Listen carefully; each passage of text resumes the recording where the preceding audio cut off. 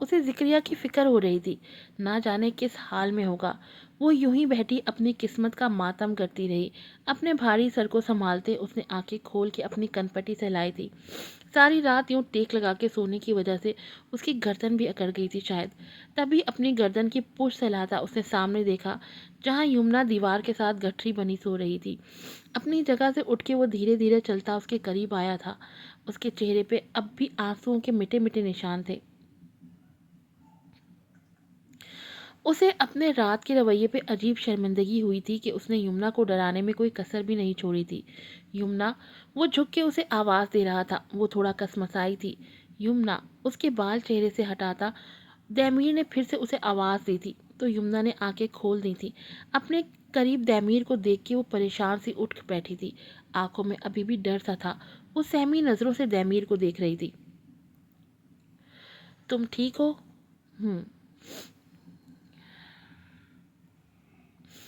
وہ اسبات میں سر ہلاتا اسے اٹھانے لگا۔ اٹھو، تھوڑا فریش ہو جاؤ۔ اس کا بازو تھامے دیمیر اسے واش روم میں لے گیا۔ واش بیسن کے پاس کھڑا پانی کھول کے وہ اسے دیکھنے لگا۔ یمنا جو اسے ہی دیکھ رہی تھی تھوڑا سا جھکی تھی۔ دیمیر نے اس کے چہرے پہ پانی کے چھینٹے مارے تھے۔ یمنا کھڑی ہو کے اپنے بالوں کا جوڑا بنانے لگی۔ جب اپنی شرٹ کی آستین فولڈ کرتے دیمیر کو اور اوپر شاور کو دیکھتے اسے شرارت سوجی تھی۔ ہاتھ بڑھا کے اس نے شاور آن کیا تھا۔ دیمیر جو اچانک سے اس افطار پہ بھیگنے لگا تھا، جبکہ یمنا اچانک سے ہنسنے لگی تھی۔ دیمیر جو لب بھینچے اسے ہی دیکھ رہا تھا۔ سوری، میرا دل کر رہا تھا تنگ کرنے کو۔ میں بتاؤں تنگ کیسے کرتے ہیں؟ کہتے ساتھ ہی اس نے یمنا کو اپنے قریب کھینچا تھا۔ وہ اس کے سینے سے لگی بھیگ رہی تھی جب دیمیر نے بے حد شدت سے اس کے لبوں کو اپنے لبوں سے قید کیا تھا اور بوند بوند اس کی سانسوں کو اپنی سانسوں میں کڈمٹ کرنے لگا۔ دیمیر کی قربت پاتے ہی یمنا پہ جو رات سے اداسی چھائی تھی وہ اداسی زائل ہونے لگی تھی، جبکہ دیمیر اس کے کان کی لو پہ اپنے لب رکھے سرگوشی کرنے لگا۔ ایسے کرتے ہیں تنگ مسز یمنا دیمیر خان؟ یمنا دھیرے سے مسکرائی تھی۔ مسٹر خان، بس اتنا سا تنگ کرتے ہو اپنی بیوی کو؟ دیمیر کے کندھے پہ ہاتھ رکھے وہ شاکی نظروں سے اسے دیکھ رہی تھی، جبکہ دیمیر اس کی کمر پہ اپنی گرفت مضبوط کرتے اسے اپنے بے حد قریب کیا تھا۔ اس کے گیلے بال اپنی انگلی کی پور سے سنوارنے لگا۔ کیا ہو گیا اتنی رات کو؟ سوچ لو، زیادہ تنگ کرنے لگ گیا تو۔ یمنا نے نزاکت سے اپنی شہادت کی انگلی اس کے لبوں پہ رکھی تھی۔ مسٹر دیمیر حقان خان، مجھے آپ کا چیلنج سنے بنا ہی قبول ہے۔ اس نے آنکھ ونک کی تھی۔ پتہ نہیں آدھی رات کو کون پاگل ہو گیا فل والیوم میں اسپیکر لے کے گھوم رہا ہے۔ مسز دیمیر خان کی بیوی ہونے والی کوالٹیز تم میں آ رہی ہیں۔ دیمیر سب نفرتیں تلخیاں بھول کے فی الحال یمنا کی محبت میں بہکنا چاہ رہا تھا۔ تو مسٹر خان، میں چیلنج ایکسیپٹ کر چکی ہوں، یمنا اس کی گردن میں اپنے بازو حائل کرتی کہہ رہی تھی، جبکہ دیمیر نے بے حد چاہت اور شدت سے اسے اب خود میں بھینچا تھا۔ اسے دیوار سے پن کر کے اپنی شدتیں اس پہ لٹاتا وہ یمنا کو مدہوش کرنے پہ تلا تھا، اور بالکل اچانک پاؤں پھسلنے سے دونوں ہی نیچے گرے تھے۔ دیمیر نیچے اور یمنا اس کے اوپر گری تھی۔ ایک لمحے کو تو دیمیر کو نہیں سمجھ پایا تھا کہ ہوا کیا ہے، اور یمنا کھلکھلا کے ہنس پڑی تھی۔ او مائی گاڈ، ہمیں یہیں گرنا تھا، یہاں۔ دیمیر زیر لب مسکرا پڑا کہ اس کے گھر کے در و دیوار شاید پہلی بار زندگی سے بھرپور ہنسی کی گونج سن رہے تھے۔ ہنستی ہی رہو گی یا اٹھو گی بھی محترمہ؟ دیمیر کے کہنے پہ وہ نفی میں سر ہلانے لگی۔ میں تو پوری زندگی یہیں ایسے ہی گزار دوں۔ یمنا اسے نظر بھر کے دیکھتی کہنے لگی۔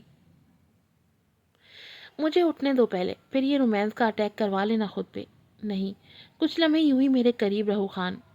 یمنا کی آنکھیں اچانک بھیگی تھی، دل بجھ سا گیا تھا جیسے۔ دیمیر اس کی آنکھوں کی نمی محسوس کر چکا تھا۔ یہاں واش روم میں؟ یمنا، میری جان اٹھو یار، دیمیر جھنجھلایا تھا جب یمنا ہنستے ہوئے اٹھی تھی۔ اچھا اٹھ گئی۔ دیمیر بھی کھڑا ہو چکا تھا۔ چوٹ تو نہیں آئی؟ یمنا اسے دیکھتے پوچھنے لگی جو اپنی شرٹ اتار رہا تھا۔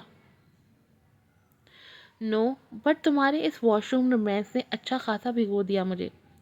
یمنا کو پھر سے ہنسی آئی تھی، تبھی منہ پہ ہاتھ رکھے وہ ٹاول لینے چلی گئی کہ وہ دھیرے دھیرے شاید دیمیر کو اپنے قریب لانے میں کامیاب ہو رہی تھی، یا شاید نارمل زندگی کی طرف لانے کی کوشش اس کی اچھی جا رہی تھی۔ میں تمہیں پھر سے نارمل کر دوں گی خان۔ اس نے دل میں خود سے عہد کر لیا تھا۔ صبح صبح اپنے اپارٹمنٹ میں داخل ہوتے ہی وہ سیڑھیاں چڑھتا اوپر گیا، جہاں گلاس وال کے پیچھے ہی اس کا بیڈ روم تھا، جو اب اصل کا بھی تھا۔ اس کی متلاشی نظریں اصل کو ڈھونڈ رہی تھیں، لیکن وہ کہیں نہیں تھی۔ دروازہ تو لاک تھا، کہاں گئی ہنی اب؟ وہ بڑبڑاتا آگے بڑھ کے واش روم کے جھکے دروازے پہ نظر ڈالتا۔ اس نے ڈریسنگ روم بھی چیک کر لیا تھا، لیکن اصل کہیں نہیں تھی۔ ہنی فریشر، ہنی بی، وہ وہیں کھڑا اسے آوازیں دینے لگا، لیکن جواب ندارت۔ لب بھینچے وہ نیچے آیا، kitchen, lounge, wash room, drawing room سب چیک کرتا وہ پھر سے اوپر گیا تھا۔ ہنی فریشر، ہنی بی، ہنی بی، تیز آواز میں وہ اس کا نام لے رہا تھا، جب اچانک پیچھے سر وارڈروب کا دروازہ کھلا اور مس ہنی فریشر آنکھیں ملتی باہر آئی تھی۔ الیگزینڈر کبھی اسے دیکھتا تو کبھی وارڈروب کے کھلے دروازوں کو۔ تم وہاں کیا کر رہی تھی؟ سو رہی تھی، اصل غصے سے کہتے آگے بڑھی تھی۔ کیا کیا مطلب؟ وارڈروم میں کون سوتا ہے؟ اصل نے گھوم کے اسے دیکھا، جو لب بھینچے اصل کو دیکھ رہا تھا۔ مجھے گھر میں اکیلا چھوڑ کے جانے سے پہلے سوچا ہوتا، 2 نمبر کے الیگزینڈر۔ اصل نے ترخ کے جواب دیا تھا، اور الیگزینڈر نے اب کے غور سے اسے دیکھا تھا۔ سبھی چہرے کے گرد کھلے بال بکھرے ہوئے، وائٹ ٹراؤزر پہ پنک شرٹ پہنے، وہ بالکل مختلف لگ رہی تھی پہلے سے۔ بے ساختہ وہ 2 قدم اس کی طرف بڑھا تھا، جبکہ اصل نے ویسے ہی 2 قدم پیچھے لیے تھے۔ دور سے بات کرو، جبکہ الیگزینڈر نے اس کا بازو پکڑ کے اسے اپنے سامنے کیا تھا۔ وارڈروب سونے کی جگہ نہیں ہے، آج سے وہاں بیڈ پہ سویا کرو گی تم۔ بار بار چھونے کی کوشش مت کیا کرو مجھے۔ اصل نے جھٹکے سے خود کو اس سے دور کرنے کی کوشش کی تھی، جو بے سود رہی، جبکہ الیگزینڈر اسے مزید خود کے قریب کر چکا تھا۔ اس کی سانسیں اصل کے چہرے کو چھو رہی تھیں۔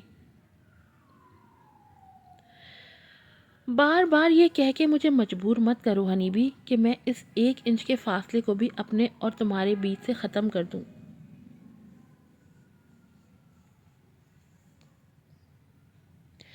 اصل لب بھینچے اس کی سپاٹ آنکھوں میں دیکھ رہی تھی۔ اسے جھٹکے سے چھوڑ کے وہ پیچھے ہٹا تھا۔ 5 کے اندر تیار ہو جاؤ، 5 منٹ کے اندر تیار ہو کے نیچے آؤ، مجھے بھوک لگی ہے۔ جبکہ الیگزینڈر کے دور جانے پہ اصل نے سکون کا سانس لیا تھا۔ میرے ساتھ اتنا سب میری مرضی کے بنا کر کے تم یہ سمجھتے ہو کہ میں سب تمہارے اشاروں پہ چلوں گی؟ میرے بابا، وہ جو غصے سے دانت پیستے کہہ رہی تھی، جب اچانک الیگزینڈر اس کی طرف مڑا تھا تو وہ بات ہی ادھوری چھوڑ گئی۔ میں نے کہا تھا نا کہ اس شخص کا نام آئندہ تمہاری زبان پہ نہ آئے۔ کیوں نہ آئے؟ میرے بابا ہیں وہ، مجھے ان سے بات کرنی ہے۔ اصل بھی ہمت مجتمع کرتے بولی تھی، جب الیگزینڈر اس کی طرف بڑھا تھا۔ اس کے گال اپنے ہاتھ سے دبوچے وہ اس کی آنکھوں میں دیکھنے لگا۔ تمہارے بابا تمہاری مما کی خوشیوں کے قاتل ہیں، تمہیں کیسے پتا؟ وہ اس کا ہاتھ اپنے گال سے ہٹانے کی کوشش کرتی بولی، تمہاری ماں میری آنی تھی، اس شخص کو ہماری زندگی سے نکال ہی دو تو بہتر ہے تمہارے لیے۔ مجھے مجبور مت کرو ہنی، کہ جو اذیتیں وہ میری آنی کو دے چکا، وہی اذیتیں میں تمہیں بھی دوں۔ اسے جھٹکے سے چھوڑتا وہ پیچھے ہوا تھا۔ کیا کیا ہے میرے بابا نے؟ اصل اس کی پشت دیکھتے سوال کر رہی تھی، جبکہ وہ اپنی کنپٹی سہلا رہا تھا۔ تم تم کزن ہو میرے، وہ پھر سے سوال کرنے لگی، جبکہ وہ خاموشی سے لب بھینچے کھڑا تھا۔ میری مما کہاں ہے؟ وہ جھٹکے سے مڑا تھا، جبکہ اصل ڈر کے پیچھے ہوئی تھی۔ اذیتیں دے دے کے مارا ہے تمہارے بابا نے میری آنی کو، کہتا وہ آگے بڑھا تھا، اور وارڈروب میں کچھ ڈھونڈتا وہ پھر سے اس کے قریب آیا تھا۔ یہ وہ سب تصویریں ہیں جو روزلی آنی کی بربادی ہے، ان کی مسکراہٹ میں بھی دکھ چھپا ہوا ہے، اور یہ وہ ایک تصویر اس کی طرف لہراتا بولا تھا، جس میں اس کی طرح دکھتی وہ خاتون ایک بچی کو گود میں اٹھائی ہوئی تھی۔ یہ ہو تم، اور یہاں میری آنی تمہیں پا کے بے حد خوش تھی۔ اصل بھیگی آنکھوں سے وہ تصویر لے کے دیکھنے لگی۔ وہ خاتون بالکل اصل کی کاپی تھی، وہی گرے آنکھیں، گولڈن براؤن بال، وہی مسکراہٹ، لیکن جس شخص کو تم بابا کہتی ہو اسی نے ساری خوشیاں چھین لی ان کی۔ قاتل ہے وہ شخص، وہ درستی سے کہتا وہاں سے جا چکا تھا، جبکہ اصل وہیں بیٹھتی گئی۔ کارپیٹ میں ساری تصویریں بکھری ہوئی تھیں۔ اس نے دھیرے دھیرے سے اس تصویر کو چھوا تھا جس میں وہ اپنی ماں کے ساتھ تھی اور وہ مسکرا رہی تھی۔ وہ باقی تصویریں دیکھنے لگی۔ اس کے بابا کی بھی تصویریں تھیں جو روزلی کے ساتھ تھیں۔ تمہاری مما مر چکی ہے اصل، اس کی تصویر کیوں دیکھنا چاہتی ہو تم؟ ضروری نہیں ہے کہ تم اپنی ماں کو دیکھو۔